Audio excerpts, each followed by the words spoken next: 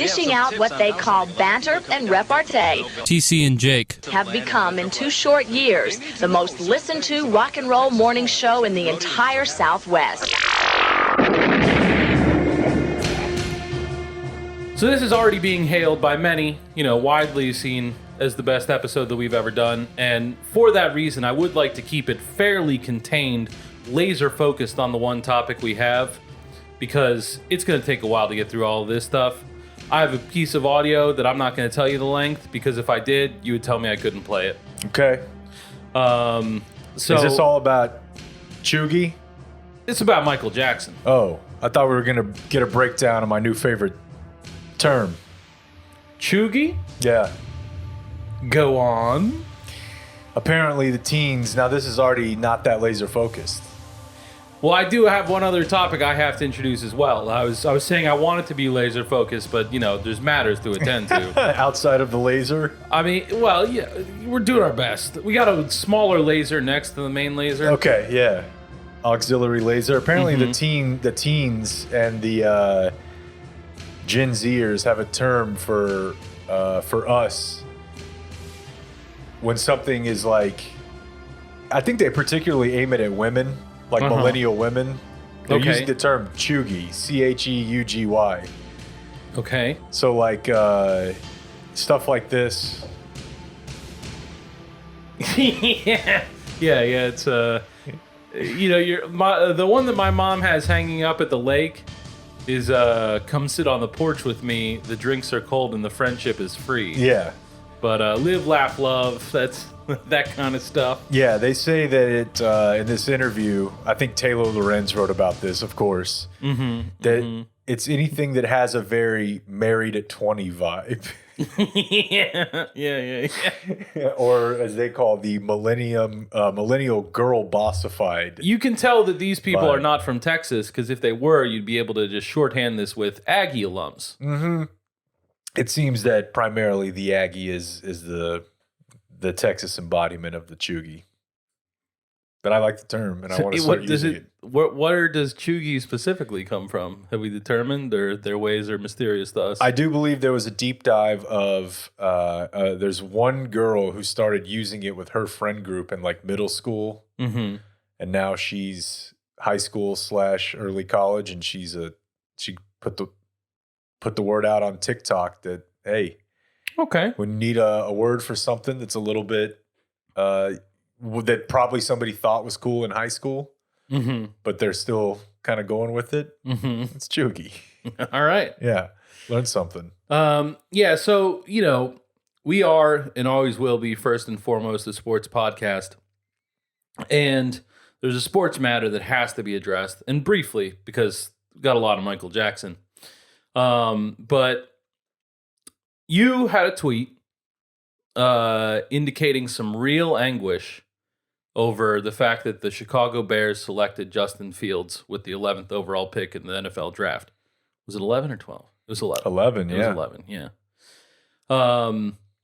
And I just wanted you to know that I hope the anguish is deeper than what you expressed in the tweet, because that's what you deserve for all the times you text me pictures of Andy Dalton, motherfucker.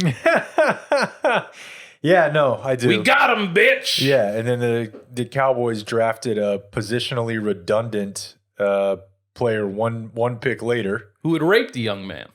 Well, I guess technically that is what you would call that. That is what you would call that. It was not a great weekend.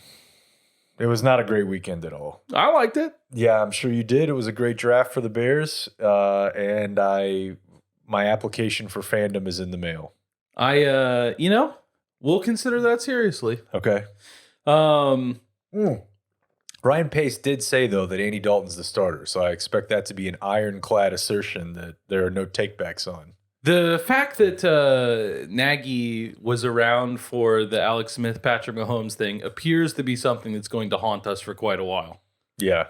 I'm not raising my hopes that we're going to see him first half of the season. I think second half of the season is just going to become so obvious. I don't know. We'll see. But, dude, who cares? He signed up for 5 years. If he fucking kills for 4 of them, that's pretty good. You ever watch the video? I can start funneling my favorite Justin Fields content to you now. Please do. You ever seen the video of him and Cam? No.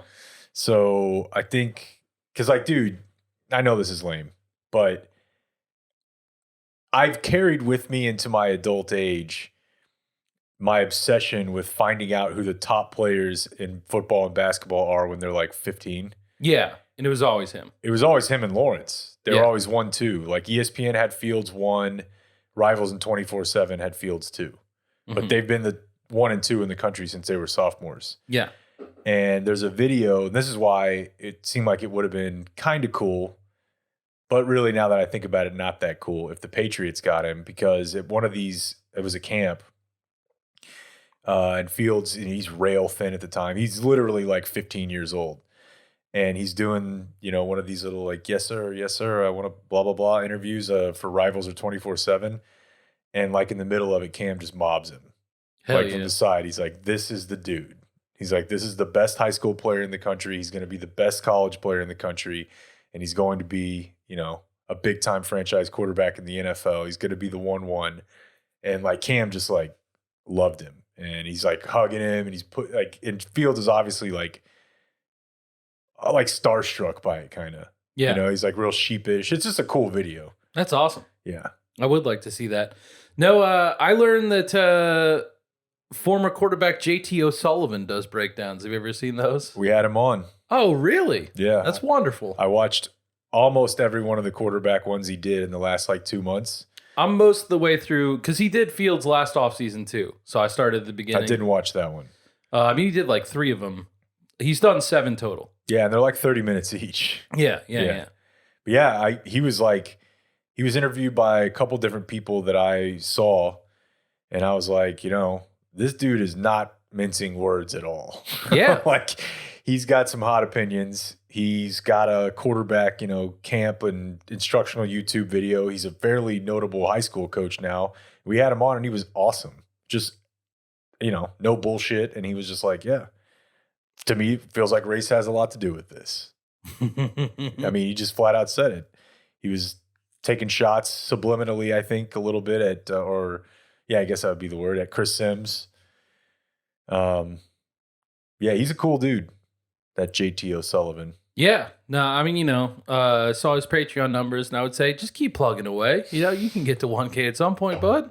He's got 115,000 YouTube somethings. Be that as it may. But nah, we're here for the King of Pop, who did not contractually stipulate that Oprah call him the King of Pop. Yeah, no, certainly that's covered. This is crazy too, because this is such a big deal. It was teased on the last episode that we don't even have time to break down the big man's new revolutionary communication platform. What? You don't know? I guess I'm not without more details. Okay, let's just do this real quick. It's already late as balls anyways. Should I shoot it to your text real quick? Yeah, sure. Okay.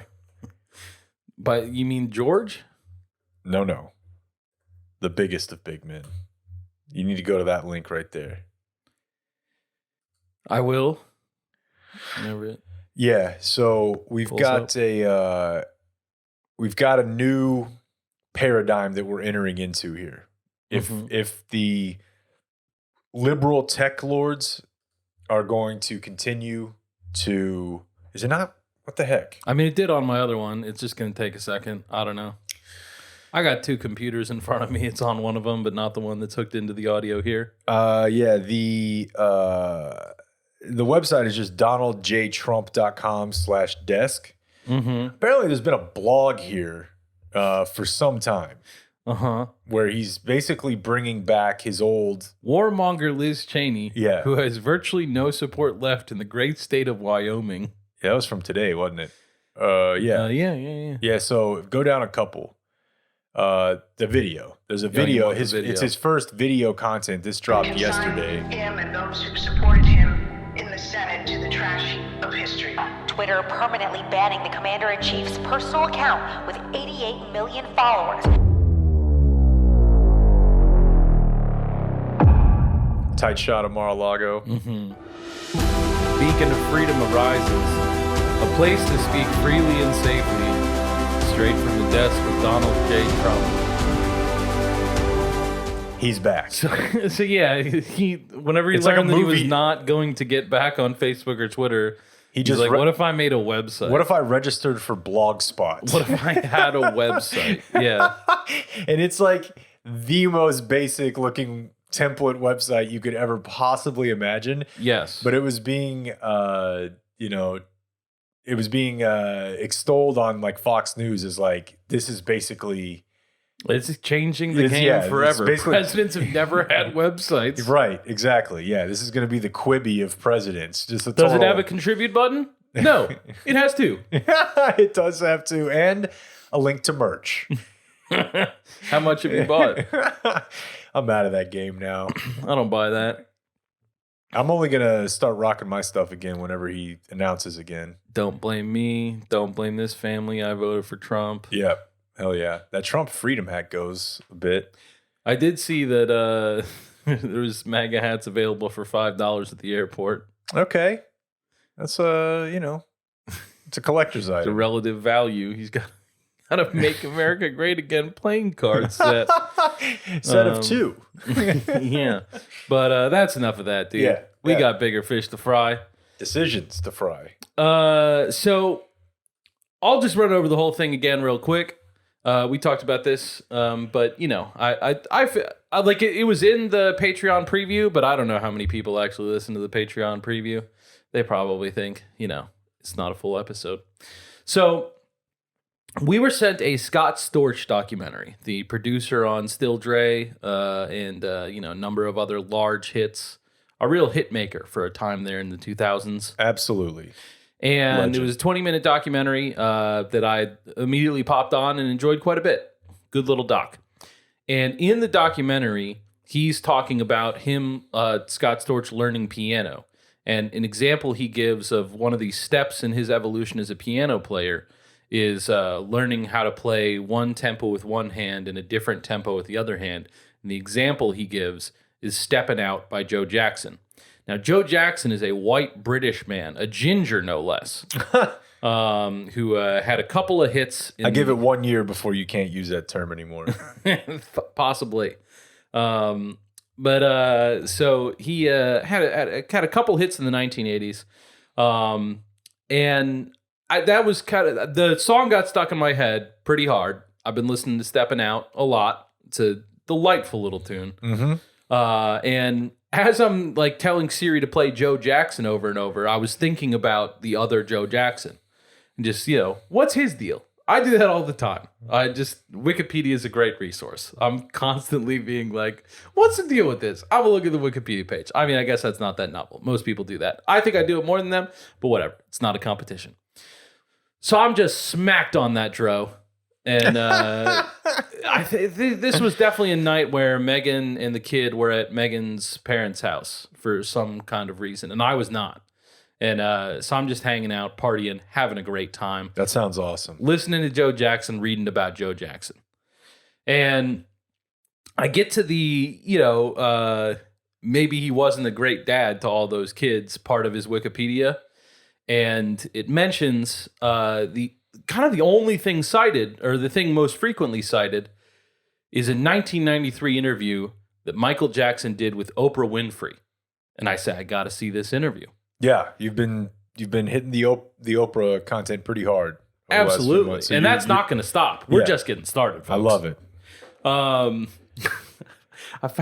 I saw one the other day that was husband and wife. The show is taped in '88. Husband voted for Reagan or for Bush. Wife voted for Dukakis, and she's just trying to get to the bottom of it. I love it. So maybe Only that's one a future person episode. can. Yeah. So this interview, I would expect that some people in the audience were aware of this. It's kind of like the whenever Netflix did the John Demjanjuk documentary. I had never heard of the words John Demjanjuk in my life, but it was a giant story. It's obvious enough. There's other examples of this. Documentaries of things where they're pulling, like it's Peter Jennings talking about shit, So Who is that? Peter Jennings? No. The Oh, Nazi the in Cleveland guy. Yeah. Okay, yeah. Yeah, I watched I think I watched that whole thing, but yeah, there you go. It's pretty good. I think it was called The Devil Next Door. Yeah. That's the Netflix documentary. But there's been a lot of documentaries where clearly the entire world cared about at the time, but it was a couple years before I was born, or it was whenever I was very young. And so it went totally over my head, and I didn't learn about it till later. So it's, you don't want to say that this stuff's like hidden or how come no one knows about this, because obviously a million people knew about it. But it's new to me. I didn't know that Michael Jackson sat down with Oprah in 1993. I didn't know that that was his first televised interview in 14 years. From 1979 to 1993, he did not appear on television, like talking to someone, and then invites Oprah to his home live. Yeah. And it's shocking. You can tell it is quite live. Yes. A fire alarm goes off. Mm-hmm. And they have to go to break. I've been there. And I really wondered if, like, I would be interested, because there were forums back then in 1993. Like, it was nascent, but yes, tiny segment of the population on them, and they certainly weren't as supercharged with weirdos as today. But in its own way, I don't know. I think that like to be early adopter forum, I could see that going either way. They're definitely nerds. They're, nowadays there's no stigma around using a computer. Yeah. But we can remember one in our lifetimes. Sure. And so it's only those people. But it was, I view them as a fairly mild-mannered sort. The early forum poster. Yeah, well, just the early forum poster, the early internet user, it's just one circle of the Venn diagram. That's true. Like, if you knew how to use the internet, then you were probably on all of it because there were only 3 websites. So, I think that it seems clear enough to me in my using experience that things have gotten darker as we've gone along. But yeah, so I don't know if on the forums the people were getting into this, but I think that if today it happened, there would be I could see like conspiracies around the fire alarm. Like, why were they doing it? Was someone breaking in? Was this staged to make it look like it was live when in fact it wasn't? I didn't think about that, but you're definitely right. Yeah. I mean, now, like, if there's a wide lens photo of the I mean, that photo was insane. It's insane for sure. But, I mean, immediately, dude, I mean... I gotta sober up. Yeah, so you're right. Pretty much anything that becomes big news now. I mean, I don't remember what any of the ones around the royal family interview was, but I'm positive there were people that were like, this or that is staged here, fake here. This is why she did this. When Ellen would like do her show from home, people were decoding the symbols in the background as being... Well, that's probably just accurate. Maybe. But yeah, so, before we totally dive into the interview, I wanted to talk some about the Joe Jackson stuff because I am very drawn to him. I might fuck around and read a biography at some point here because I started to talk about this with a friend and we quickly devolved into a bit of an argument over a matter I would like to get your take on. But what I was saying is I think that I think pretty much everyone is trying to be remembered. Basically, we're born knowing that we're going to die, and we're terrified of it. And you can't cheat death. But if you're really desperate, the best thing you can do is attempt to make an impact so that you will be remembered once you die. And I think that is a calculus that all of us have inside ourselves. And some people give up on it, like they just kind of see like, well, life's pretty tough from here. I think that everyone tries to be remembered by their family, and that's good. I support that. But I think it is the goal of every human to be the most remembered.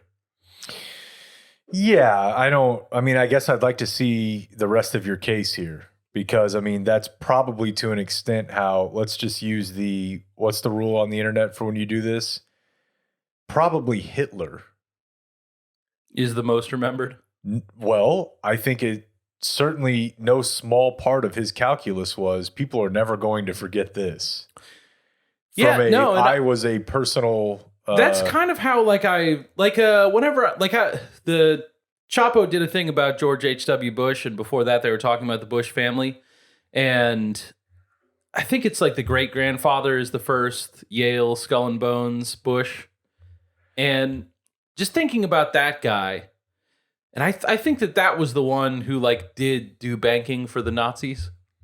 Yeah, I believe that's the case. Yeah, and just thinking about like whenever I look at someone like that, obviously my first reaction is to recoil in horror. But the more I think about it, and I don't ever move past that. My reaction to this day remains that's a horrible thing to do. He's a terrible person. Like the problem with humanity is people like that. That's what I believe. But if I'm trying to think about this in a multifaceted way, if I'm doing the debate trick of if I were assigned the other side of this case, how would I do it? That's got to be why he's doing these things, right? Is he's like, I want this family name to mean something. I'm terrified that I am going to die. I know that I will. And what the fuck am I going to do between now and then? Like, how will I fucking, I think of the two mice in the bucket of cream from Catch Me If You Can, Christopher Walken's speech of, that the one mice drowned, the other one just kept on churning his legs until he turned it into butter. Like, I'm going to churn my legs until it's fucking butter. And like, if I got to fucking do banking for the Nazis to turn it into butter, then it's going to be goddamn butter. There's no other options here. Yeah, I mean, again, listen, I understand what you're saying. I understand what you're saying. I guess I think there's a level of incorporating your kids into your churn that seems beyond the pale to me. Yeah, no, I don't think that you should do banking for the Nazis. But yeah, so I mean, I just think it takes a special type of psychopath to really not even like have a couple incidents where you do something that could negatively harm them, but essentially raise them in general in a way that is going to create some pretty serious damage to them psychologically because you want to be remembered. That's a lot. Yeah, for sure. But it also it worked. The things that people do in service of it are terrible, awful things, as we're demonstrating. And the point my friend was making back to me was that,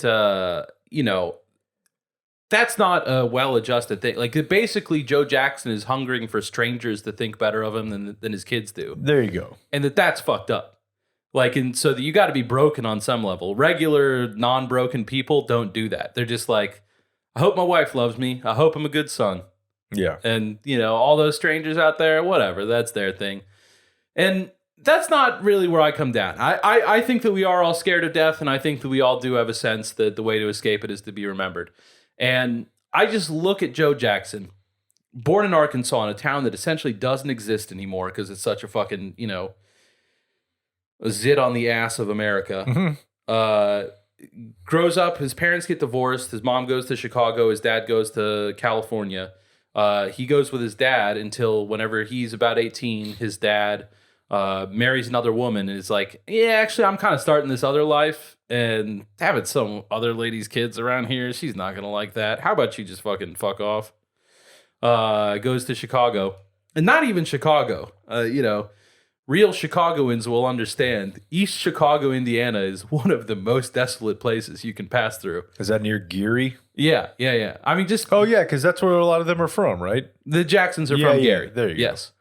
And just, if you've ever experienced the Indiana Chicago suburbs, I only know them from, like, driving through them to Notre Dame games, but I don't get a happy sense when I'm going through this fucking row of smokestack after smokestack. I only know him from the very early Freddie Gibbs videos. The whole thing looked like a super fun site. It probably fucking is. And, he grew up during a pretty rough time, no matter where you lived, to be black in America. Yeah. So I'm sure some of that created, again, his own psychological trauma. Yeah, and spending his first several years in Arkansas, I bet that they were a little more vicious than northern Indiana. Yeah. But yeah, so he does all that. Joe Jackson aspires to have a boxing career, tries that out. It's a great boxing name. It is. It's an exceptional boxing name. Marries a woman whenever he's 18 or 19, annuls the marriage within a couple months, marries another woman, has a number of kids by her, and just in order to support the kids, works as like a crane operator in one of the steel mills or whatever. Because that's Rudy, that steel mill kind of shit. That's the sort of thing that he's in, right? Like that's same general part. I mean, I think that Rudy's on the Illinois side, but whatever. And so he's working a couple steel mill jobs, got these kids, realizes the kids can sing, and is just like, it's over from there. How about if I just fucking abuse the shit out of them until they're perfect dancers and singers? Then everyone will know who fucking Joe Jackson is. And he did it. Yeah. Do you know how many other people in fucking Indiana, America, the world that had that same drive, that same impulse of shit, this is going to be awful when I die. It's the most bleak thing I can possibly imagine. I'm going to have to fucking churn. And the rest of them all got beat by a fucking dude from nothing, nowhere. And you don't know his name. You don't know the other guy's name? Yeah. Yeah. No one's ever fucking heard of all those other people who had a much better chance than Joe Jackson of achieving what Joe Jackson achieved. And he achieved it by being a terrible person. And this is the kind of stuff that I'm fascinated. You know, I mean, I liken it. Bob Knight springs to mind of just what is the cost of greatness, right? Tiger's dad seems somewhat similar. There's a lot of examples of this kind of thing. And I don't think it takes a brilliant psychologist to figure out how I ended up wondering, does it take abuse to make people great? You know, I'm looking back at my high school experience and saying, do they need to do that? Because I think that where I come down is you clearly don't. Madonna's dad didn't fucking beat her until she danced right. She just wanted to learn how to dance. Yeah. You know, there's a million examples of people who were successful without a Joe Jackson-like figure in their lives. And then obviously vice versa, right? Like your Marinovich stories. Yeah. That for everyone who thinks that they're making a Michael Jackson, it turns out the kid can't really sing and you just fucked up his whole life. Yeah. Good luck on that. But yeah, and you do look at him dancing whenever he's like 8 and wonder if you could specifically do that. Yeah, I mean, it's always shocking when you see there's a ton of Jackson 5 footage in here when he's 7, 8 years old, and it is, I don't know how many 7 and 8 year olds you've been around, but it is absolutely remarkable that this human being was this talented as a second grader. Like, it's really tough to wrap your head around when you're actually watching him and hearing him when he's 7, 8 years old. It's mind-blowing. And yeah, don't know that you get there that early without some negative inputs. The amount of practice it takes to be that good is mind-boggling. Yeah. And there are people who do want to practice that much, but they're fucking rare, and I don't think that the Jackson children were necessarily them without someone demanding it. No, and how do you know, right? How do you know what a 7 or 8 year old really wants anyways? Yeah. Like to say that like, oh, maybe there's lots of people who want to practice that much at 7 or 8. No, I don't know about that, man. I've been thinking a lot about your Willie Cauley-Stein interview, what he said in there. Because I've definitely and probably will tend to shade towards letting the kid figure it out. But hearing him say, you know, they let me figure it out, and as a result, I don't know near as much basketball as I could. And I really wish that they had said, obviously you're good at this. How about I'm an adult who understands long-term consequences better than a child does, and I give you some guidance that you should practice more. I think in the long run, I think somebody like Willie's probably going to end up, while he knows now that he probably could have been so much more as an athlete, despite the fact that he was drafted 6 overall, he's made a ton of money, and he's in the NBA. I also think that like there's a chance that long term post-retirement, he's reflecting on this and he's actually happier when it all comes out in the wash. Because he seemed like a guy with a good perspective on life, whereas Michael Jackson is one of the most fucked up people that's ever lived. Yeah, I mean, even like Michael Jordan. Yeah. Like, I don't think Michael Jordan does not seem like a happy person to me. No. Like, at all. And Michael Jordan's dad was an asshole to him. Yeah. Maybe not quite to this degree. I don't think it was in the same practice tirelessly way. Right. It was more just like more of talking shit to him all the time. Yeah, and just didn't seem to like it. And like that it was, I'm going to have my own drive to practice because if I do it, then maybe my dad might love me. Right. So I don't know. I don't think a lot of people who go through either one of those two scenarios come out all that emotionally healthy. Yeah. But so he sits down to this interview with Oprah. As I watched it, I watched the whole thing and then read about it afterwards. So I've immediately suspected that the reason he's opening up now is that that's probably around the time that the allegations of child abuse, child molestation started. And where was it? I was wrong about that. Okay. There had not been one whisper of him abusing kids prior to this interview. And I do think it was within a couple years, but that's not what's going on. No one in America, except for, maybe the kids, I don't know exactly when he started all that, has anything in their mind about that. So, see, I even wonder about that though, because like when we were watching that documentary, it struck me as odd that, because I do think he was already like, and he talks about it some in here, like he was hanging out with kids, and maybe not like, we didn't know that he was maybe traveling with them and like staying with them or having them bend over while he jerked off. But I mean, I'm positive people were already. I mean, maybe he built the fucking amusement park in his house. So that's what was so shocking to me about that documentary is because I'm like, and I was part of this too, except I was like 8 or 9. We just made jokes about Michael Jackson and kids forever, but it was almost like it was just a punchline. It was like everybody knew that it was happening, but it wasn't seen as like the focus of his persona almost because he was awesome. Yeah. Yeah. And it was just, it's weird, man. And then like it just. So yeah, I think there's something to that. And the stuff that does come up, it's clear. And this is my memory of him. I mean, I was born in 1986. So by the time I remember anything, it's 91, 92, 93. Except for one thing. That's right. We should bring that up more. We can talk about it as much as you want. So I like all the stories they go over in here.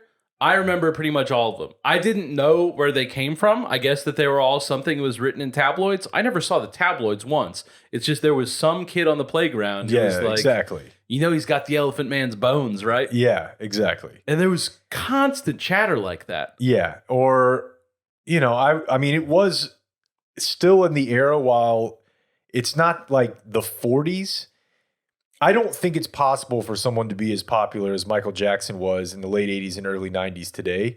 There was still like somewhat of a monolithic culture, so that like I remember my parents talking to friends or like my aunts and uncles about Michael Jackson. Sure. Because he was the most famous person on earth. Yeah. And there were tabloid stories about him, so it was a big deal. Like we didn't have the fragmented nature Justin of celebrity. Bieber will never come anywhere in the neighborhood of this kind of fame. No. And I also think... No one will. I think I attributed some to his media strategy, which you absolutely could not pull off nowadays. And I think that the fact that they had him go 14 years without interviews is a brilliant stroke. Yeah. The way that... Because they showed, clips of people at his concerts bawling and losing it. And I think that you, on some level, can only do that if you make yourself an empty vessel people can pour themselves into. Yeah, they can fill in the gaps themselves. The more you fill in the gaps for you, the more you're creating possibilities that they're identifying you as someone who's different than them. If you tell them nothing about yourself except that you're badass at singing and dancing, they're automatically going to say he's just like me. Yeah, for example, like on the race issue, by never talking about it, people could just assume, well, maybe he does like really care about issues facing Black Americans. Yeah. I don't know, because he never said he didn't. Yeah. But like if he were being interviewed every 2-3 years, eventually probably somebody would have figured out like, I don't know if this guy really even thinks he's Black at this point, you know? I don't know what to think about that after the interview, but we'll certainly get to that. Okay. But yeah, so I wonder how much it's his decision to not do an interview for 14 years. I kind of wonder if his team is looking around and saying, one, this is a great idea to not give anyone any biographical information and just let them kind of fill in the gaps. Two, he seems pretty uncomfortable with this stuff.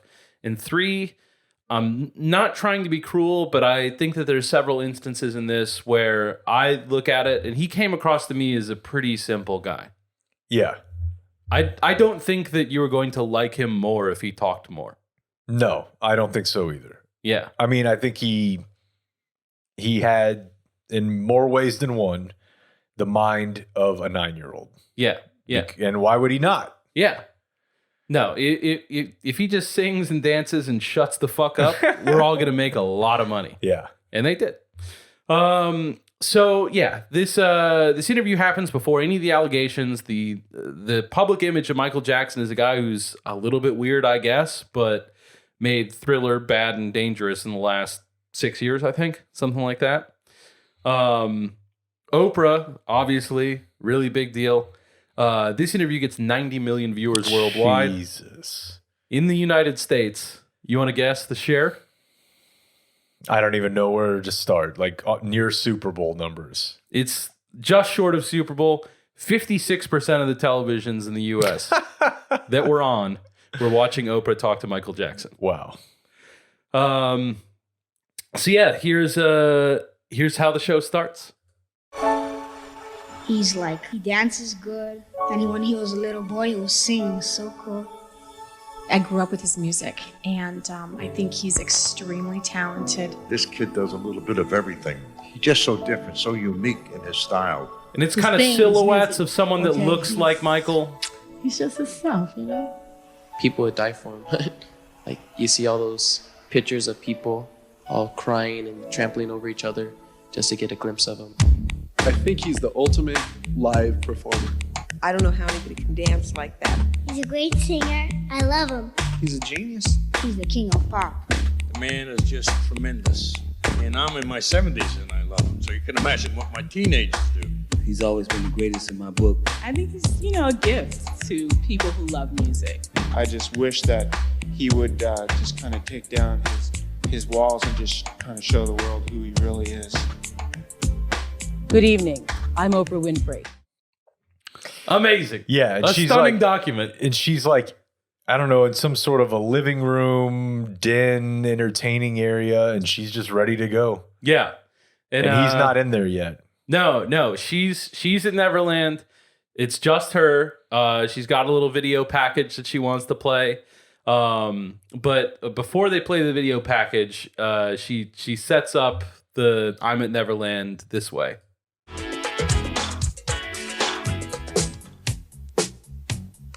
Michael Jackson's home is nothing like anyone would expect.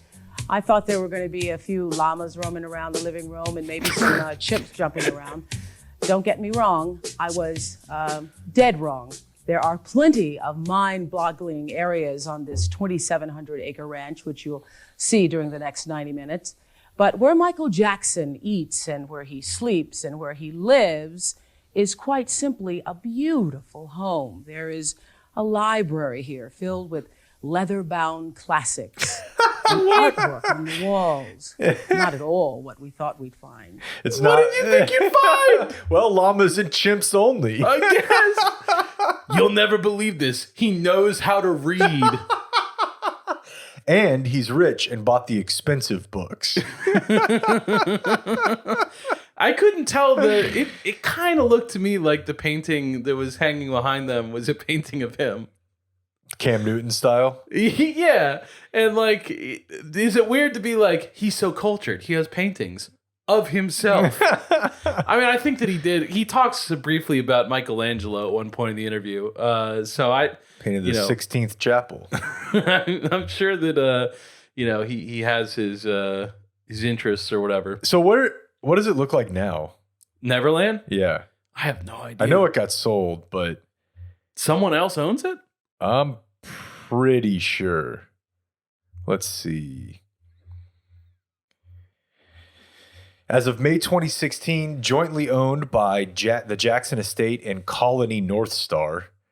It was put up for sale by Sotheby's with an asking price of $100 million. Mm-hmm. Due to lack of interest, by 2017, the price had fell to $67 million. I'm seeing now. Bought it. Good God, dude. Do you see this? Who is this guy? Ron Burkle's the fucking Epstein Clinton dude. Oh, wow. What the fuck? Wait, are you sure? Yes, dude. He's a grocery store Okay, magnate that's right. that was on Air Fuck One with Epstein and Clinton. That's amazing. Wow. That's He's like, that's just too on the nose. you're telling me there's a property with a amusement park already built in? I'm sold. And a chamber for children? Let's do it. Jesus Christ. I didn't know he was part owner of the Penguins. That seems bad. Yeah, I mean, I guess I don't know anything. I haven't looked into it extensively, but I'd probably prefer that he be in jail. Yeah. Wow. Seems like an appropriate place. Humanitarian trips with Bill Clinton on Epstein's private 727, the Lolita Express, a.k.a. Air Fuck One. That's awesome. Jesus Christ. Was not expecting that tonight. Look, it was a bargain. It was down to 31 million. Got to do it. But yeah, I thought that first clip spoke to what I'm talking about him being an empty vessel. Like, how do all those people say those things unless they have a construct in their mind of Michael Jackson that has no connection to reality? Because they don't know the reality. Yeah. And just like, I don't know. I mean, I guess I'm sure that Justin Bieber fans say similar stuff. That's probably true, but I don't know. And I had some questions about like how they put it together. Like, it sounds like a man on the street kind of thing where you're stopping people, being like, give me 2 seconds on Michael Jackson, and then doing the best ones. But it's such clean audio. I kind of wonder if Oprah, like it would be wild if she put out an ad or something of just like, come to this recording studio and take 2 seconds. Tell us what you think about Michael Jackson. I figure probably like the weeks leading up to it, she would just have people in the audience. Yeah, that's probably what it is. Do it, but yeah. I don't know. It was very clean. Thinking about how to put it together, and it was interesting. But yeah, so they have this montage of clips of him from when he was very young. They've got the Motown audition that was filmed, and they play the video there. A lot of television appearances of him singing and dancing with his brothers.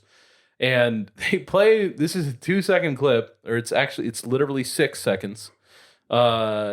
That I cut off because I just couldn't believe that someone asked this question on television. What's going to happen when your voice changes? Just change. You going to be able to stay singing? Yeah. What the fuck? That's certainly in my notes here. Yeah. Yeah. I mean, I think it's really, really odd, and I would say that it's a singular incident. But then I saw these clips, and I do want to get back to this, but I saw these clips this morning of Brian Kilmeade from Fox and Friends. Uh-huh. And they had like 3 10-year-olds on this morning to talk about going back to school. So has your dick gotten bigger, son? The last year of not being at school. And one of the kids they had on was like, well, I'm excited to be going back. And I think our new president has handled this well. 10 years old, 11 years old. Mm-hmm. And he's like, I think if our last president were still in charge, we wouldn't be to the point where we're about to go back. And Kilmeade's like, yeah, that's interesting because the last president was actually saying you guys should have been back months and months ago. So I'm not really sure how you can make that point. So over to God, that rules, dude. And I swear to God, I didn't want to deal. Yeah, I didn't want to deal with the mentions, but like I was very close. Just because I'll just say it here: if you just turned cable news across the ideological spectrum into blowhards just fucking dunking on bad opinions of fifth graders on the world, and that was the quad box. Like no more, James Carville, whatever. Like just put shitty looking 10-year-olds up there with AirPods on and be like, yeah, I think your facts are wrong, dumbass. Maybe check it. I would like a 6-person panel where one of them's a 10-year-old and the other 5 are like, look at this fucking idiot. Okay, that's even better. Yeah, that's even better. But yeah, that is kind of what this made me think of, is like, you're on television, you're probably 45, 50 years old, and you're asking a 7, 8, 9-year-old, so what's going to happen when your voice changes? You think, you probably have to kill yourself, right? I mean, your career's over. Certainly no one's going to care about you anymore once you lose. Son, are you afraid of death? Yeah, I mean, and I guess, I would think like that's where the parent steps in and they're like, hey, what? It didn't seem like Joe had a problem with any of the interviews. No. Yeah, no, it just, whenever you see the actual footage, he just looks so young, and to have this old adult be like, this is all going away, don't you? Right. Live it up now. I guess it'll just change. I don't know. And stupid fucking idiot. He made Thriller when he was a full-grown adult. Yeah. What did you do, dumbass? Yeah. Yeah, so Oprah opens with, a couple, like they have him walk in, like he has a staged walk in. They're playing Billie Jean as he's going through his own house. They do a hug and kiss kind of thing. He's also like, and I remember this from this era of Michael Jackson, but like he kind of started dressing vaguely like a Central American rebel. Yes. He had he took over El Salvador in those clothes. Yeah, he started to wear patches. And I love it. It's awesome. It really is, but it's just an image. Because the Cowboys Super Bowl halftime, he's got the full bandolier outfit. Yeah, and it's a look that evokes like, damn, this dude's dangerous, but he's him, so it's just very funny. Got a little epaulette. But yeah, so Oprah asks she starts off with, are you nervous? He's like, no. She's like, well then good, I won't be nervous. And a couple pleasantries like that, but this is essentially the first substantive question that she asks him. When I look at those tapes of you, and heaven knows that putting this together, I think I've seen every piece of video ever done of you. And watching those tapes, especially in the younger years, you seem to really come alive on stage. There's something going on with you when you were a little boy on stage. Were you as happy off stage as you appeared to be on stage? Well, on stage for me was home. Mm-hmm. I was most comfortable, and still most comfortable on stage. But once I got off stage, I was like very sad. Really? Yes. And sad from the beginning? Sad since it first started? Since lonely, sad, having to face with popularity and all of that. There were times when I had great times with my brothers, pillow fights and things, but I used to always cry from loneliness. You did? Yes. Beginning at what age? Oh, very little. 8, 9. When you all first became famous? Yes. So she's certainly leading him in a direction with Were You Happy? Mm-hmm. But I really found it remarkable that he hops immediately into shit sucked for me. Yeah. Because I would expect that someone like him who has built a career out of deflecting and just like not facing questions. I mean, that was kind of what occurred to me is like, I would have expected him to be more practiced at interviews, but he hasn't done one in 14 years. Right. So he just answers most of these questions pretty straight up. Whenever she asks him about LaToya's book, his sister recently released a book that had a lot of stuff about their family. And he deflected that one. Like he was immediately like, I haven't read the book. I wish I could talk about it. I love my sister, but I haven't read the book, so I don't know what you want me to say. And that made me realize, holy shit, we've been talking for 15 minutes, and this is the first time he's tried to not answer a question. The rest of the time, she's like, was that a happy time for you? And he's just like, Oprah, I was crying every night. Yeah, and it's a really weird thing to wade into because I don't want to provide any level of empathy for him because he was a pedophile. I mean, I have empathy for everyone, dude. But I came away from this, and it starts right there. Feeling somewhat, you just feel bad. You feel bad for everybody involved. Doesn't mean you don't feel bad for the kids. But I think it's pretty clear that this person's life was ruined. Yeah. If by ruined you mean that you're never really all that happy as an individual. And then also, again, being famous that young and continuing to continue to be more and more and more famous to the point where you're the most famous person in the world, and the way that the world was working at that time, like, I just don't think this person ever had a chance of being normal. Now, how not being, quote, normal manifests itself doesn't always have to involve child victims. But, I mean, he gets into the compensation thing a little bit here at some point where he's, talking about, I didn't have a childhood, so I like being around kids, which is really weird, but always made perfect sense.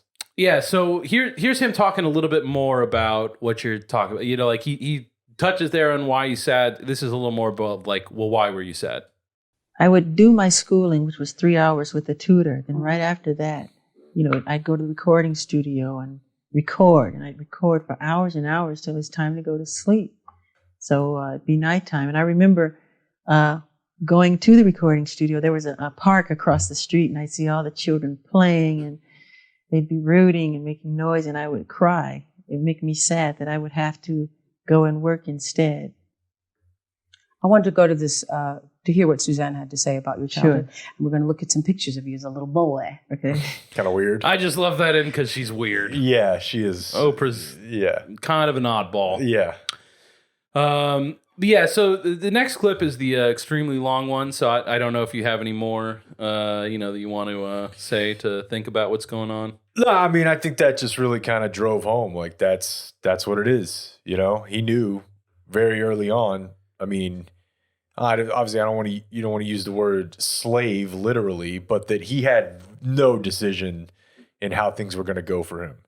And I remember in my own life, the time when that sucked the most was when I was a kid, and I probably had a lot more autonomy than Michael Jackson did. Yeah. But, you're like, man, I don't get to decide shit. I hate it. Whatever we're going to eat, I don't get to choose. Whatever we're going to do this Saturday after, I have no decision to be made in any regard in life.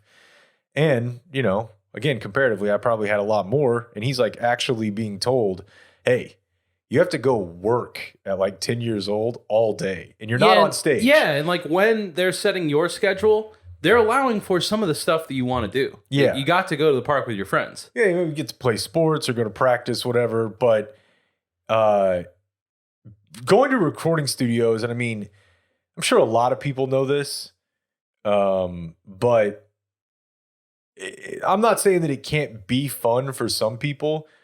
But like when you're making those type of records, like that shit is not fun. Like that's not being on stage. That's not touring. That's not being with a band. That's basically being by yourself or with 2 or 3 other people for like 8 hours. None of them anywhere near your peer group. No, and you're just doing the same thing over and over and over and over again for hours on end. And it's not fun. Yeah. There's nothing fun about it. So it's not that surprising that, eventually he was like, I absolutely hate this. Yeah, so the interview, they're kind of broken up into halves in my mind, that there's the first half that they do in the house, and then he drives her around in a golf cart, which is amazing to see. Yeah. Takes her over to the amusement park, and then they walk in the theater and do a bunch of stuff there. And all that was interesting. I mean, the theater stuff was especially interesting because I don't know if you remember, it was Megan that pointed out to me whenever we were watching this together. But James Safechuck in Leaving Neverland tells a specific story about him and Michael being in that theater with him molesting him, and like someone came to the door and it was locked, and they were like, "Why was it locked, Mike?" Yeah. Yeah. So he talks to Oprah in the place that we know he molested kids in. But outside of that, I don't know if there's a lot of that stuff that we would play for you. I think that the first half of the interview where they're sitting in Neverland, like the house part, is where we're really getting into it. Yeah. And so this just kind of moves from place to place, and I didn't feel like I could cut out any of this. So let's go back to when you were growing up and feeling all of this Well, I guess it's a sense of anguish, I guess. So there was nobody for you to play with other than your brothers. You never had slumber parties. You never. No. So I'm wondering for you, being this cute little boy that everybody adored and everybody who comes up to you, they're, pulling your cheeks and how cute, and this child prodigy, really, how adolescence affected you? Because I call, adolescence going through that duck stage where everything's awkward. So let me. That was certainly a moment. When you started to go through adolescence, having been, well, I don't know how often in your home these days you're making animal sounds, because for me it's like a lot, constantly, yeah. And there's some that I'm like, well, I really don't know, Like when she's like, like you can do horse pretty easily, right? Which ones don't you know? Well, I guess I'm trying to think like, dog and cat come up a lot, but like, we got the book, an animal book. And it's like, what sound is like, we learned lemur, like porcupine. Okay. I'm like, or like squirrel sound, squirrel sound. I'm like, I don't think they make sound. I mean, that kind of works for a lot of them. But my point is just general vermin noises. Exactly. But my point is just duck sound to me. I've never responded with awk, awk, awk. Yeah. I like, think that we one feels all settled on quack. Yeah, like. But I think it's closer to what she's saying, like the actual sound. You're probably right.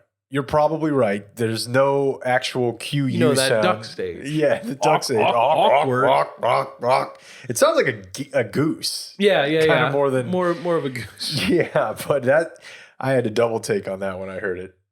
Now, this child superstar. Yeah. Did that was that a particularly difficult time for you? Very, very, very difficult. Yeah. Yes. Because I think every child star suffers through this period because you're not the cute and charming child that you were, and you start to grow. And they want to keep you young forever and little forever. Who's they? The public. Mm-hmm.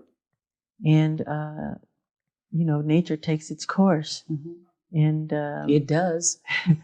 And I had pimples so badly, and it made me so shy. All right. So the part that I was thinking of, the thing I was thinking whenever that particular part was playing was one of the great questions of Michael Jackson's life is, did he molest Macaulay Culkin? Would you agree with that? Yeah. And it's often portrayed as, because Culkin is adamant now, always, that he never did, it's seen as well, then maybe these other guys are just making this up, because why would you not molest Macaulay Culkin? That's a really weird line of reasoning, but I've heard it before. Yeah. And I think that based on what he's saying there, that's clearly in his mind, right? Like, I mean, he's saying it, of like it's tough not having a childhood. Like he's drawing a connection between, and I mean, of course he is, between himself and other child stars. And so I think that I have no doubt that he went into the Macaulay Culkin relationship, feeling it out. And I'm just saying that if he had felt in the way that like you or I would with a person that we were attracted to, like sometimes you get a no and it's just like, okay. I mean, before you even ask, it's going to be a no, but you're like, this person is still cool. I like talking to her, whatever. I can have friends, we're connecting on this level, and that's fine. I could see how he would get a ton of mileage out of being able to hang out with 11-year-old Macaulay Culkin without anything else going on. Like, just he's saying that it's a singular, or not singular, but extremely rare kind of thing where he feels that it's a shared experience. Yes, I would agree. And there's 5 people on the planet at any given time that went through it the way that he did, and Macaulay Culkin was one of them. So, I don't know. If I were him, I would just want to talk to Macaulay Culkin constantly, just because finally someone who gets it. I had not considered that, but that does make sense. Not look at myself. I'd wash my face in the dark. I wouldn't want to look in the mirror. Really? And my father teased me. And I just hated it. I cried every day because of it. Your father would tease you about your Yes, pimples? he would tell me I'm ugly. Your father would say Yes, that? he would. Sorry, Joseph. Yeah. What's your relationship like with him? I love my father, but I don't know him. Mm-hmm. Are you angry with him for doing that? I think that's pretty cruel, actually. Am I angry with Me him? too. Way to step out there. Because adolescence is hard enough without It's a very parent telling you that you're ugly. It's very difficult. Am I angry with him? Sometimes I do get angry, yes. I don't know him the way I'd like to know him. My mother's wonderful to me. See, like, again, he's not deflecting. Like, he doesn't feel like admitting on national television that he's angry with his dad, but he just fucking does it. That's what makes this so awesome. And, like, he's being extremely honest on all of these. And he's also really coherent. Yeah. Just because I always kind of like, I think I remembered him as just like fucked up all the time. Like towards the last decade of his life, he was just so whacked out that I kind of forgot that even though he obviously has a different sort of affect, and at this point he definitely had already started to look different, but he's not like jacked up. Like he's processing the questions in real time pretty clearly and then giving coherent answers. Yeah. Perfection. I just wish I could understand my father. And so let's talk about these teen years. What is that when you started to go inside yourself? Because obviously you haven't spoken to to the world for, 14 years, I think is your last televised interview. So you went inside, you became a recluse, and that was on purpose. Was it to protect yourself?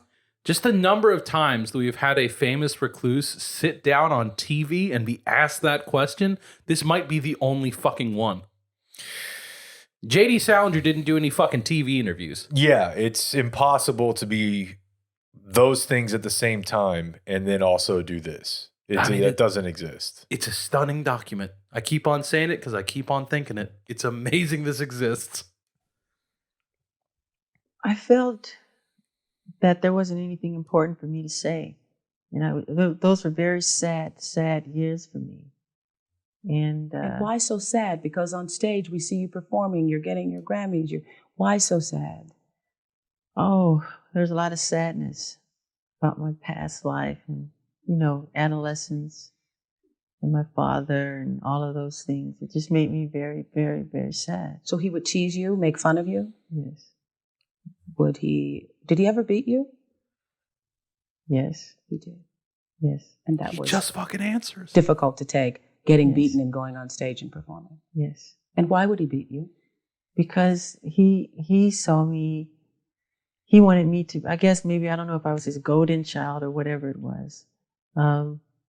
Some may call it a strict disciplinarian or whatever, but he was very strict, very hard, very stern. Mm-hmm. And just a look would scare you, and... Were you scared of him? Very frightened. There's been times when he'd come to see me and I would get sick. Yeah. I'd start to regurgitate. As a child or as an adult? Both. Both. He's never heard me say this. I'm sorry. Please don't be mad at me. Well, I mean, I suppose that everybody has to take responsibility for what they've done in life. And your father is one of those people who also has to take responsibility. But I do love him. Yes, I understand. And I am forgiving. Yes. I don't go But around can with you really forgive? I say this on my show all the time. Can you really forgive if you haven't gotten angry? If you haven't dealt with how you really feel? I don't know if you can go. So I think this is a really important part because that was kind of a journey that I've been going on in the last year or so. Is when you would ask me about, or not you, but like if I was asked about traumatic times in my life, whenever I internally thought about traumatic times in my life growing up, I am drilled to present it from the standpoint of my adversaries, like the people I'm in conflict with. It's usually my parents. Like that, it took me a long time to even realize that I was doing that, of saying it from their perspective. Like I was making it really hard on them. Yeah. Like it was shocking to me the first few times. What? When I would ask you about it. Yeah. I'm like, but you're just so... All right. in order to get through this experience, you're only going to have it work for you. You're only going to get to safety if you understand what your purported protectors want from you and you give it to them.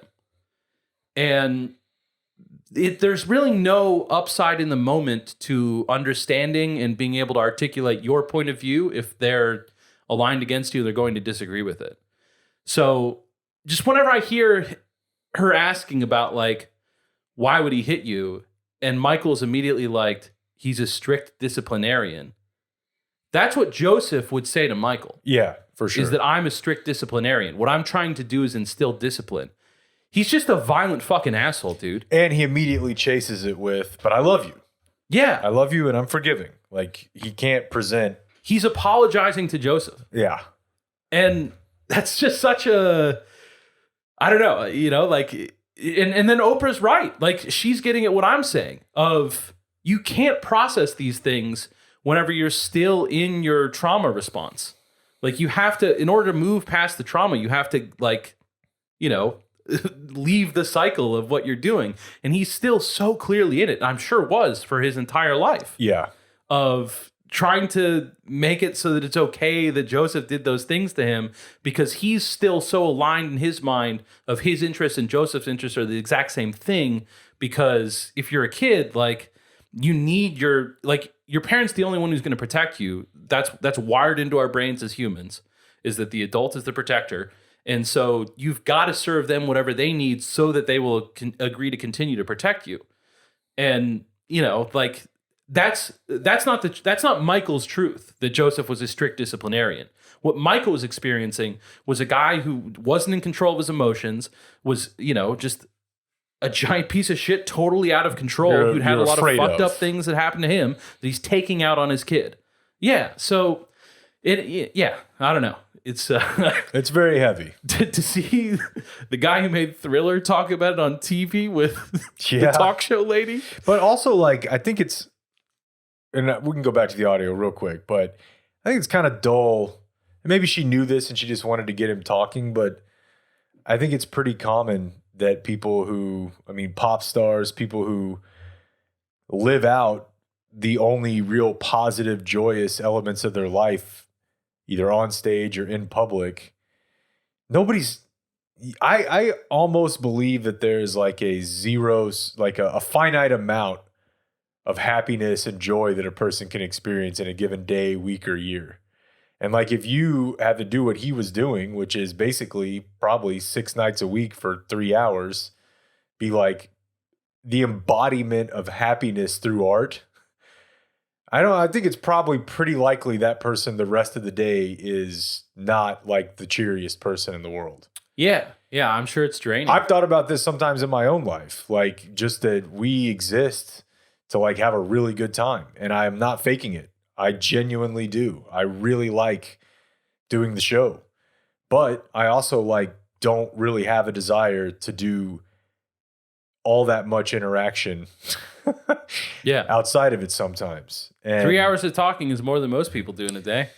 Yeah. And it's, well, I mean, certainly everybody has to fake their way through, you know, work calls. I would say most people in most of those cases. And so maybe mine's not faking it, but I also do feel like you do get to the end of it sometimes. You're just like, I just don't want to see or talk to anybody. I don't want to hear anything. I want to drive home in silence.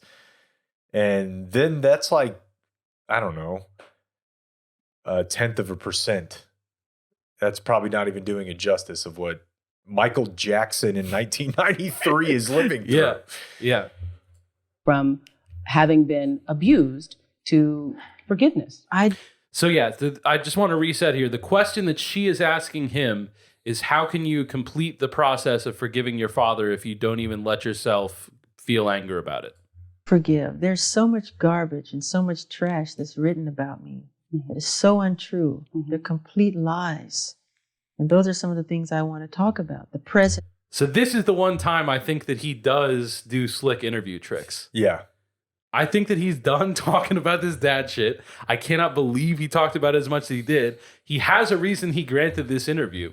He was tired of y'all lying on him. Yeah. And I have no idea what one has to do with the other.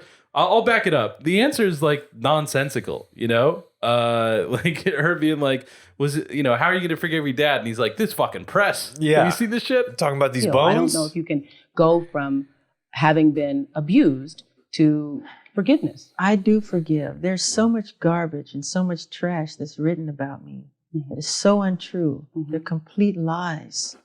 And those are some of the things I want to talk about. The press has made up so much god-awful, horrifying stories that are completely appalling. I know. Completely appalling. And so far from the truth. And it's made me to realize the more often a person tell a lie, the more times you hear a lie, I mean, you begin to believe it. If it's told often enough, you start to believe it. And it's appalling the things that have been said about me. And they're completely false. There are so many. I normally don't write questions down, but there's so many. I didn't want to Humble forget brag. them. First of all, Very. I have been in this house getting lit and getting prepared for this. And I've Getting been lit. all over the house upstairs when you weren't looking for that oxygen chamber.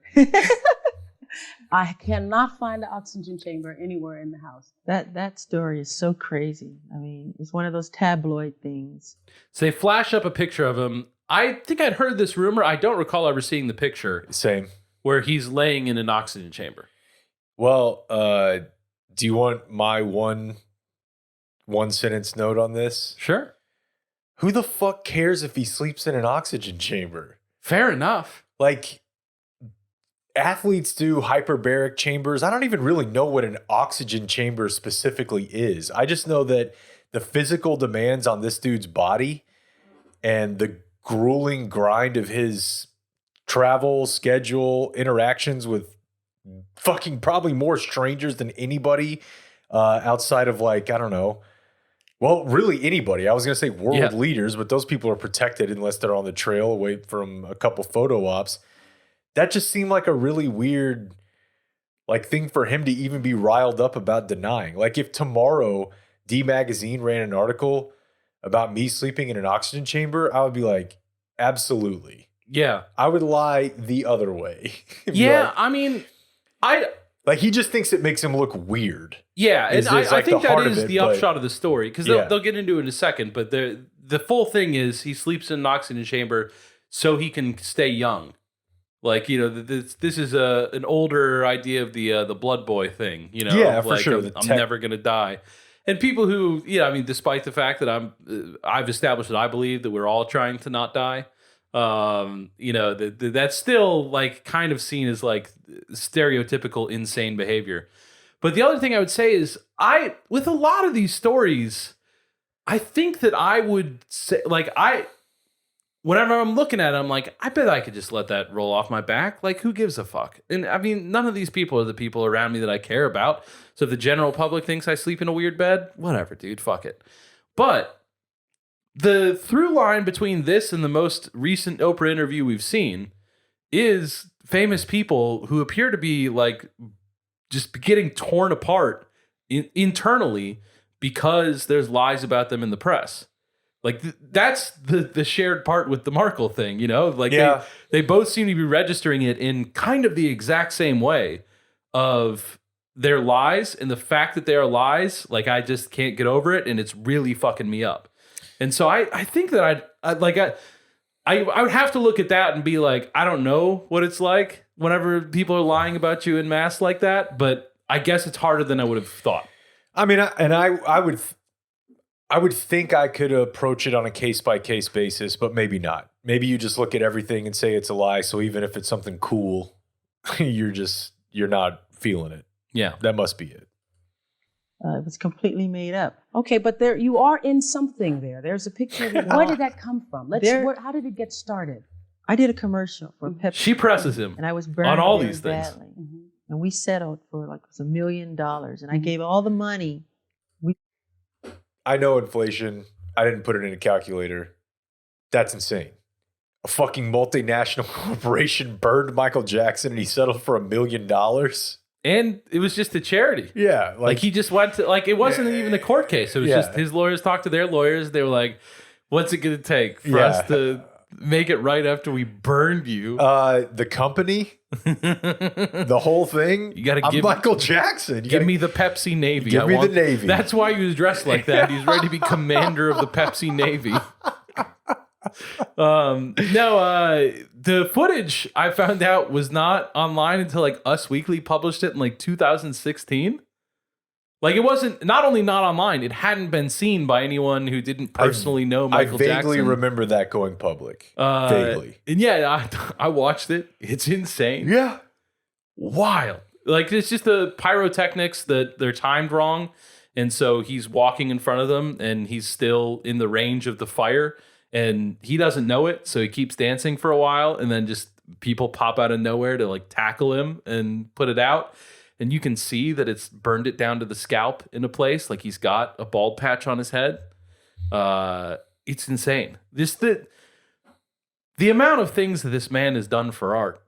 Like it's really taxed his body in a lot of very visible ways. I don't know. It was hard to be Michael Jackson. Yeah.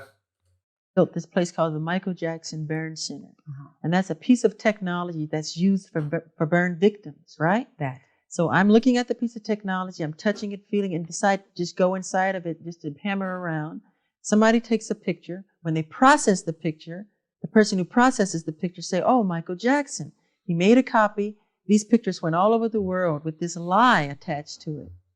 It's a complete lie. Why do people buy these papers and it's not the truth? And what an amazing innovation. I never think about it. The fact that we don't have to get photos processed anymore. Yeah.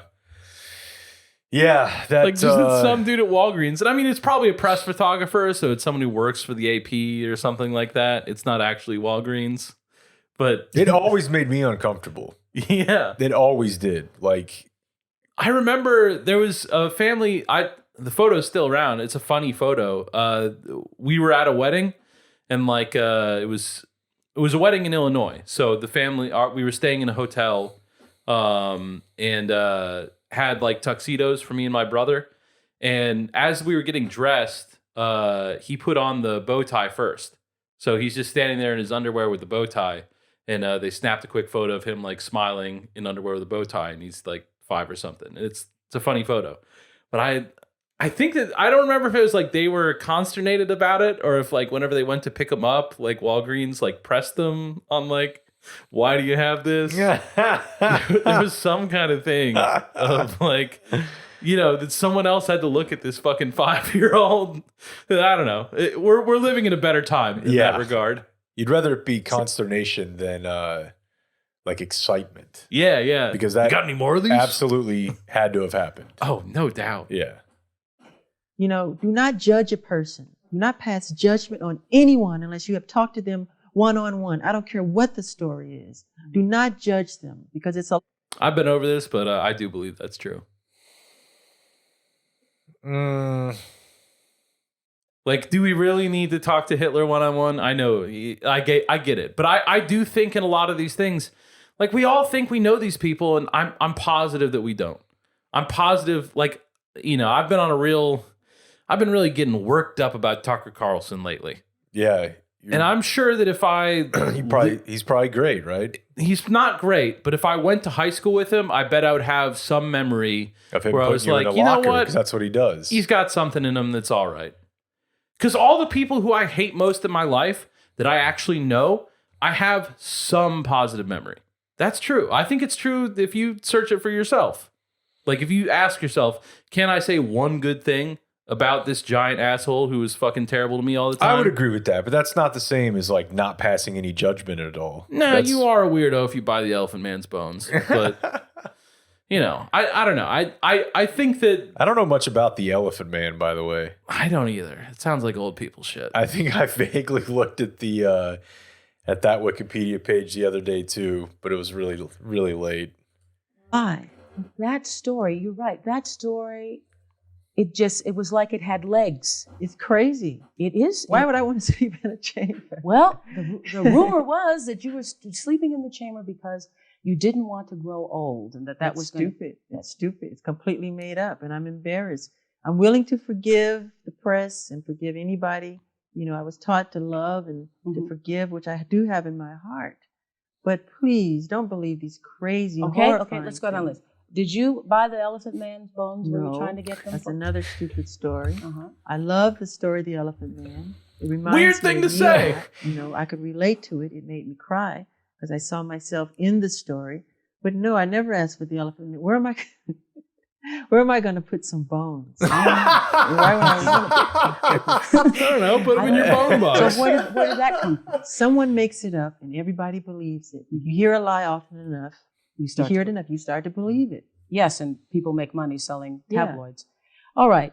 Just recently, there was a story, and I know one of your attorneys held a news conference. There was a story about you wanting to have a little white boy play you in a Pepsi commercial. That is so stupid. That's the most ridiculous, horrifying story I've ever heard. It's crazy. Mm-hmm. He does. I believe, if not all, most of his denials. But it is interesting that he just says the same thing about all of them. Yeah. Every single time. It's crazy. Why would I even want to do that? How stupid would that be? If people hear a lie enough, they believe it. Yeah. He's just hammering it. Yeah, because there's one at the end whenever they're sitting on the stage, and she's like, "Oh yeah, I wanted to ask you about this one too." It was a minor thing, but then he just does it the exact same cadence, the exact same as this, and I'm like, okay, he practiced that a couple times, I think. And also, I don't know that I believe him on any of these. You think he's got the Elephant Man's bones like hidden under Oprah as he's saying it? I wouldn't be surprised if he inquired. Well, I've got more to say about that, but it'll be after one of these. Yeah, we'll that's for later. I mean, why? Number one, it's my face as a child in the commercial. Me when I was little. Why would I want a white child to play me? I'm a Black American. I'm proud to be a Black American. I am proud of my race. I am proud of who I am. I have a lot of pride in who I am and dignity. That's like you wanting an Oriental person to play you as a child. Does that make sense? Different No. time. So please, people, stop believing these Michael, horrifying then stories. let's go to the thing that is most discussed about you, I think, is the fact that the color of your skin is obviously different than it was when you were younger. Now And we're so getting into it. I think it has caused a great deal of speculation and controversy as to what you have done or are doing. Are you bleaching your skin? And I kind of feel like this was the defining pop culture question of my life. Yeah. Like certainly elementary school, like I just wanted to know so bad. And it turns out he pretty much answered. We'll get to it in a second. Like I had no idea until I saw this. But don't you remember being obsessed? Oh, with yeah. What the fuck's going on there? Oh, yeah. He used to be black? Yeah. He's not now? No, it was it was a very commonly discussed playground item. And water cooler, coffee machine at the office topic. I would think so. Yeah. Is your skin lighter because you don't like being black? Okay, number one, as I know of, there is no such thing as skin bleaching. I have never seen it. I don't know what it is. Well, they used to have those products growing up. I used to hear always use bleach and glow, but you'd have to have about 300,000 gallons. To, okay, number one, this is the situation. I have a skin disorder that destroys the pigmentation of the skin. It's something that I cannot help. Okay, but when people make up stories that I don't want to be who I am, it hurts me. So it is. It's a problem for me. Okay, I can't control it. Okay. But what about all the millions of people? Let's reverse it. Okay. What about all the millions of people who sit out in the sun to become darker, to become other than what they are? Nobody says nothing about that. So when did this start? That was the point at which I was like, okay, he's kind of a dummy. Yeah. Well, no, I think what it is that he's lying. Well, no, I've got this for you, dude. Okay. Whenever he died, his family sued the doctor, but the doctor's only got so much money. You know the way lawsuits The doctor work. who was giving him the fentanyl Conrad, and stuff. whatever. Yeah. Whenever you got a lawsuit, it's really helpful if you can tie it to someone or an entity that has unlimited money. So they tried to say that AEG Live hired the doctor, and so AEG Live was responsible for the doctor's actions, and that the wrongful death should be paid out by AEG Live.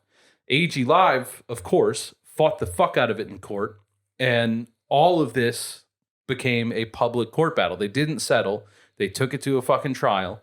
AEG Live did eventually win, but all of the details of this stuff is in there. The full autopsy.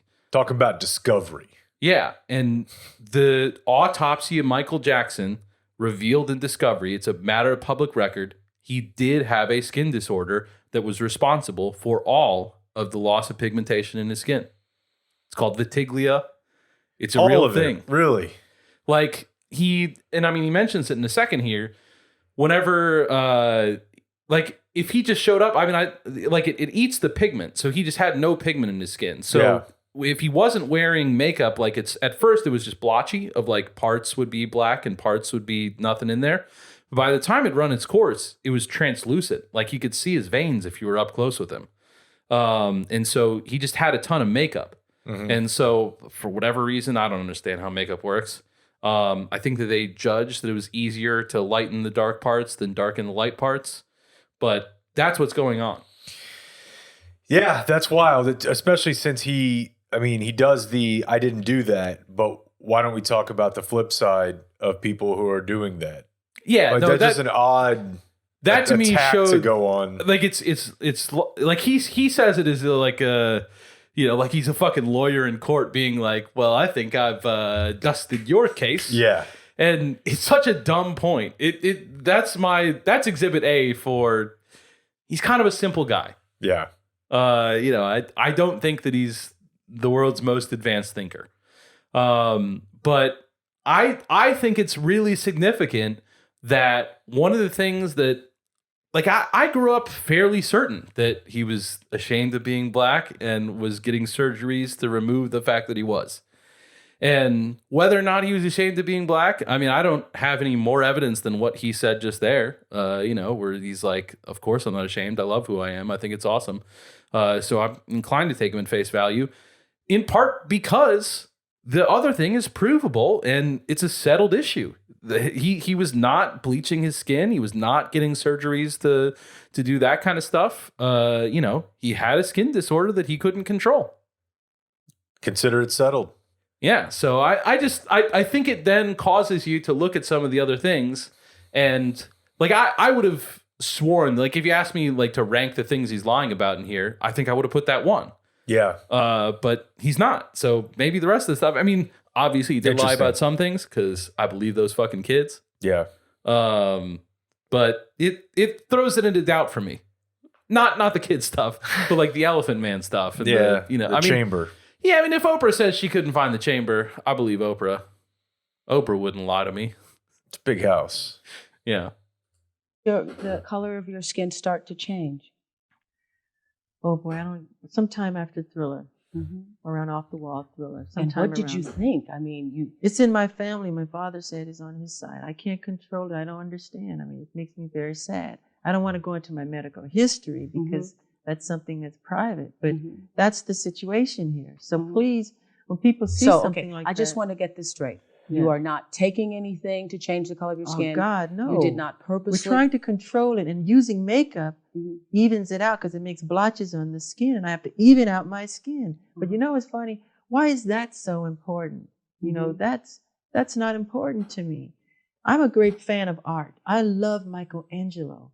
If I had a chance to talk to him or read about him, I would want to know about what inspired him to become who he is, the anatomy of his craftsmanship, not about who he went out with last night or why he decided to sit out in the sun so long. What's wrong with, that's what's important to me. How much plastic surgery have you had? Very. Hell yeah. Dude, she just daggers. I know. Daggers. Ask the questions America wants to know. No, but I think the Michelangelo point is great. Yeah, no, I totally agree. And I'm not, obviously I'm not surprised that someone in his situation feels that way because he's given the world so much. And rather than just being about that, people want to know everything else. And if they don't know it, they'll make it up or they'll run with something. But I do agree. Yeah. Yeah. I wonder, I guess I just come back to his team probably didn't want him doing interviews at all. But you're Michael fucking Jackson.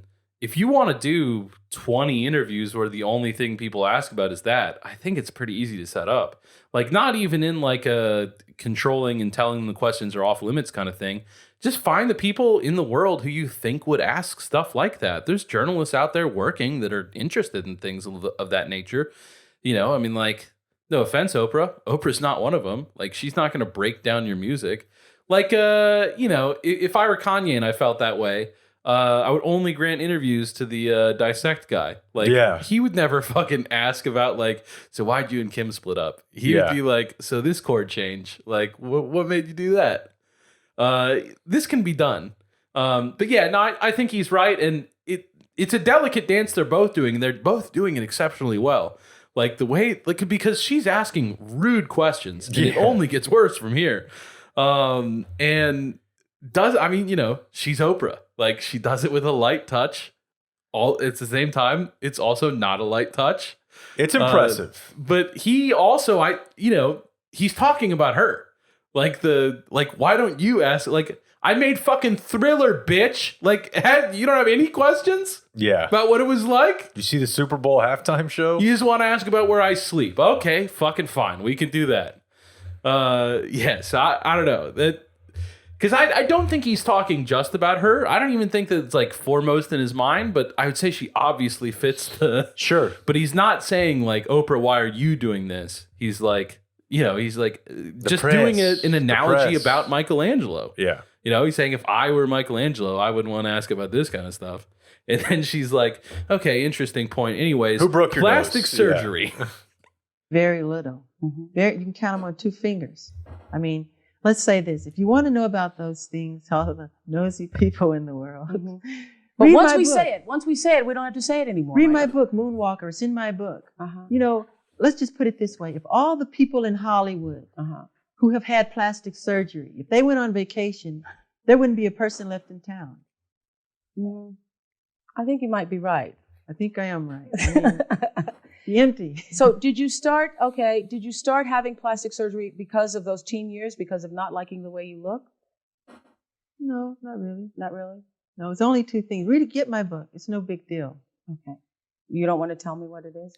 You had your nose done, obviously. Yeah, so did a lot of people. Yeah, that's a laugh out loud. And so when you hear all these things about you, and there have been more than we are I've never had my cheekbones done, never had my eyes done, never had my lips done and all this stuff. They just go too far. I mean, it's crazy. But this is something that happens like every day with other people.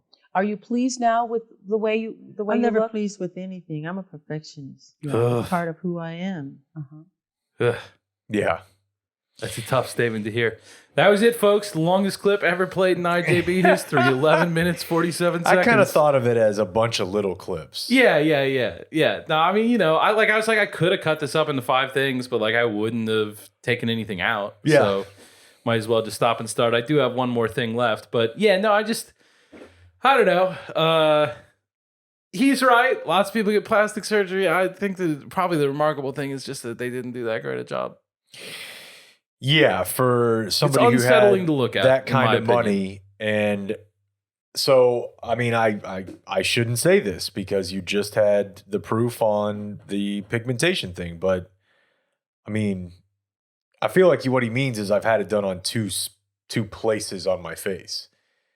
Yeah, he's saying he's had plastic surgery twice. Right. When really I think he means like, oh, it was just my nose and whatever else he's talking about.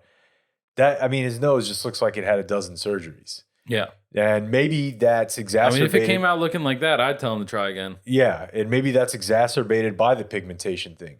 So whenever you see something that just looks kind of unfamiliar, everything else taken in sum looks a little more off. I don't know, but it was unsettling, as you said, at best. Yeah. So Oprah's asked him a number of direct questions. Here is perhaps the most direct. Have you ever been in love? Yeah. With Brooke Shields? Yes, and another girl. And another girl? I'm going to ask you this, and it's embarrassing for me to ask you this, but I'm going to ask you anyway. Are you a virgin? How could you ask me that question? I just want to know. I want to know. I'm a gentleman. You're a gentleman. I'm a gentleman. So I'm a gentleman. So, I would interpret that to mean that means that you believe that a lady is a lady, and therefore That's something that's private. I mean, shouldn't be spoken about openly. You can call me old-fashioned if you want, but, to me that's very personal. So you're not going to answer it. I'm embarrassed. So you're not going to answer it. Well, we would like to know whether or not there is a possibility that you are going to. Yeah. So just her, I included that so you would. I wanted to end on the. So you're not going to answer it, but I wanted everyone to know that he doesn't say anything to that. No, and I sometimes forget about the Brooke Shields deal. Yeah. There was what's going on there? There wasn't really any audio that was worth pulling from this part, but randomly, Elizabeth Taylor surprises him and comes into the house and sits down in the chair. Shortly after this, she starts pressing him about Elizabeth Taylor. Did you guys have a thing or whatever? Would you I heard you propose to her. Did you propose to her? Yeah. And he's like, nah, I would have loved to. She's a great lady, but no, I never did. She's like, we got a surprise for you. Yeah. And then here comes Elizabeth Taylor. It's like, she's just in the back. She just in his house. In his house. It does not seem like he knows it. No. And they don't have a chair for her. No. So he just gets up and stands behind her while Oprah asks her 3 questions. And the cameras don't, you can't see Liz Taylor. Yeah. It's just a tight shot of his face as Liz Taylor's answering questions about him. Then she just leaves. Yeah. Thank you, Liz. We'll see you now. It was so weird. It's insane. It was so weird. There's so much in this interview. Yeah, I mean, I think it's safe to say nothing like this could ever exist again. No. I mean, it's just, no, for it's a just million not different possible. reasons. Yeah. The level of fame that's unattainable, without everybody knowing so much about your life, not just made up, social media, your own posts. I mean, it's like a big deal now if a particular celebrity's off the internet for a month. Yeah. What happened? Yeah. Speculation is running rampant. They haven't tweeted. Are they dead? Yeah, exactly. And he's like, nah, I'm just going to not talk to anybody for 14 years and then I'll just show up and do a live interview. Yeah, it's incredible.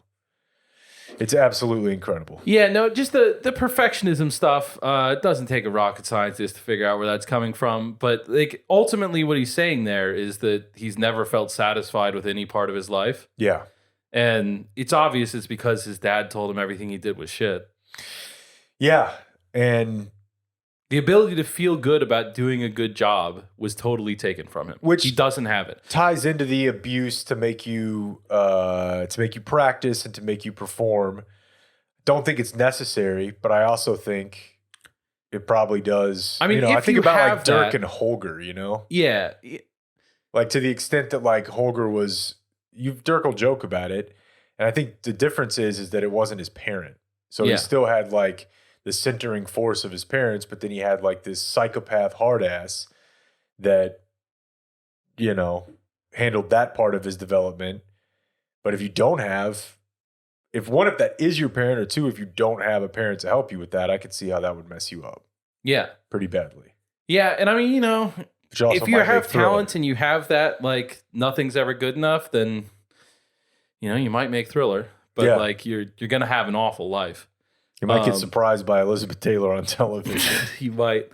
They talk in there about the Motown 25th anniversary. I went back and watched that. It's amazing. He and his brothers get back together. One of them is still refusing to do it, but the rest of them are there. And then it's the first time he moonwalks. That's when he debuted the moonwalk. Oh, wow. And I would love to know more about the entire performance, because I think that they say this is a cool surprise. So I don't know, there could have been advanced press coverage, because when he moonwalks, the crowd reacts. They're like, oh shit. And so it is such a cultural thing, but it's the kind of thing where at all of his subsequent shows, the audience knows it's coming, so they're building up. So the reaction is one of releasing anticipation. If you don't know that the dance exists, then having that kind of anticipation release because you've been waiting your entire life for it but didn't know it yet, I need to see that. It's cool. But like he talks about that Oprah's like, that was amazing, and he's like, I thought it was shit. I thought it was terrible. Of course. Until whenever I was walking out, a kid said that he thought it was cool, and I know the kids don't lie, so then that kind of calmed me down. And I just thought that was an interesting insight into his mind, like, and that's why he's got the kids around, surely, right? Is like, the only part of himself that he has can only communicate on that level. So anything an adult is saying to him, it's landing the same way that like the fucking studio engineer, whenever he was a 9-year-old and he just wanted to be in his fucking school classes. Yeah. And they're like squawking at him about like, A&R people taking an octave up. Yeah. That's what adult interactions mean to him now still. And so, the only thing he's able to process and really connect with is that stuff he didn't have. And so, I don't know. It's there's a lot going on up there. Ron Burkle, huh?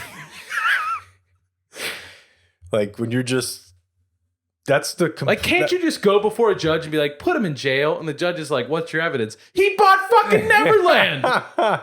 He's an Epstein guy who bought Neverland. Like it's like in Talladega Nights, whenever the first time that Sacha Baron Cohen's character shows up and plays jazz on the jukebox, and everyone freaks out, and he's like, why do you even have jazz then? And the bartender's like, profiling purposes.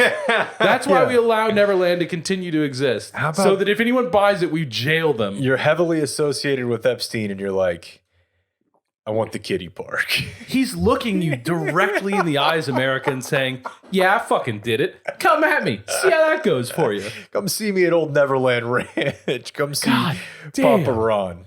Like, that's another thing about if this interview aired today, with the way the public discourse around child molestation, I think that there would be a January 6th like event. If there was a Michael Jackson figure that gave an interview like this. You are definitely correct.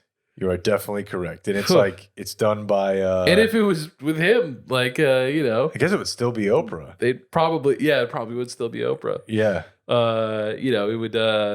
They might be doing good if they went to go liberate Neverland. There were kids that, needed to get out of there. Ooh. Well, good times. That was a lot of fun. Yeah, I mean, if you made it all the way through our best episode, I would just tell everyone, put a lot of effort to this. Tell your friends, dude. I want this to be a big thing. I want front page morning news. I don't think that's unreasonable. I'm not even saying the Times, dude. I'm just talking about the morning news. Could it just be mentioned alongside your other podcast? We'll see if they'll add an addendum to the article. Yeah. All right, see ya, you choogs. That's it for tonight. The high school special is next, so until tomorrow, for everyone who's been a part of this one, I'm TC and Jake. We do thank you for watching. Good night.